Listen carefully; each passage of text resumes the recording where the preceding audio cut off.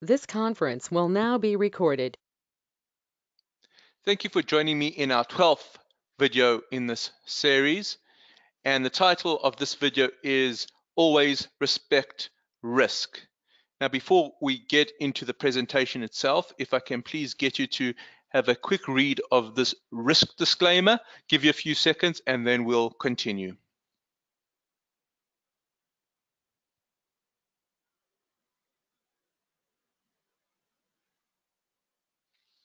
Okay, thanks very much for that. Now, this video can arguably be regarded as the most important video in the series.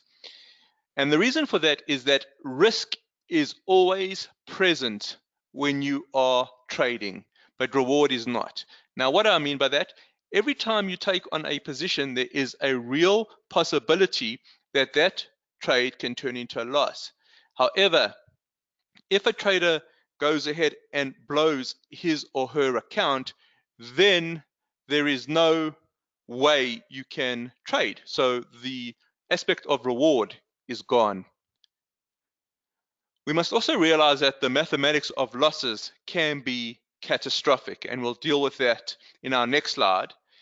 Therefore, one always should use a stop loss and risk at the most 2% of the trading capital per trade. Now, take a look at this slide, which shows the mathematics of loss. If you lose 10%, the table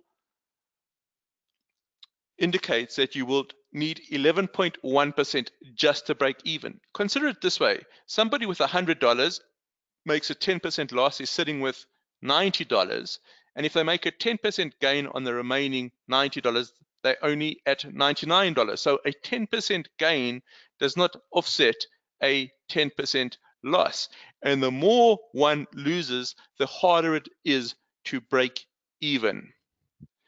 Therefore, I reiterate that one always has to respect risk. Now, one of the strategies that is advocated to protect oneself is the 2% rule. It's a money management strategy that says don't risk more than 2% of one's trading capital per trade.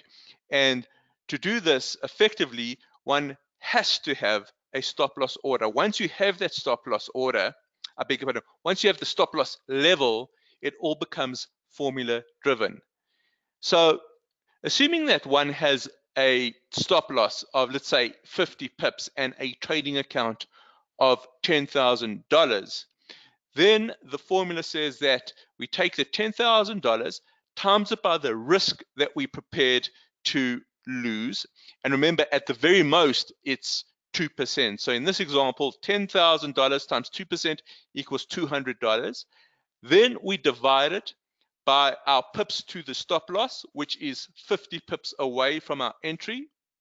And that gives us the answer of 4. In other words, we are allowed to trade 4 mini lots for a $10,000 account where we're willing to risk 2% of our trading capital and where our stop loss is 50 pips away. Thank you very much for joining me for this video. This is the last video in our series. I hope that you found it useful.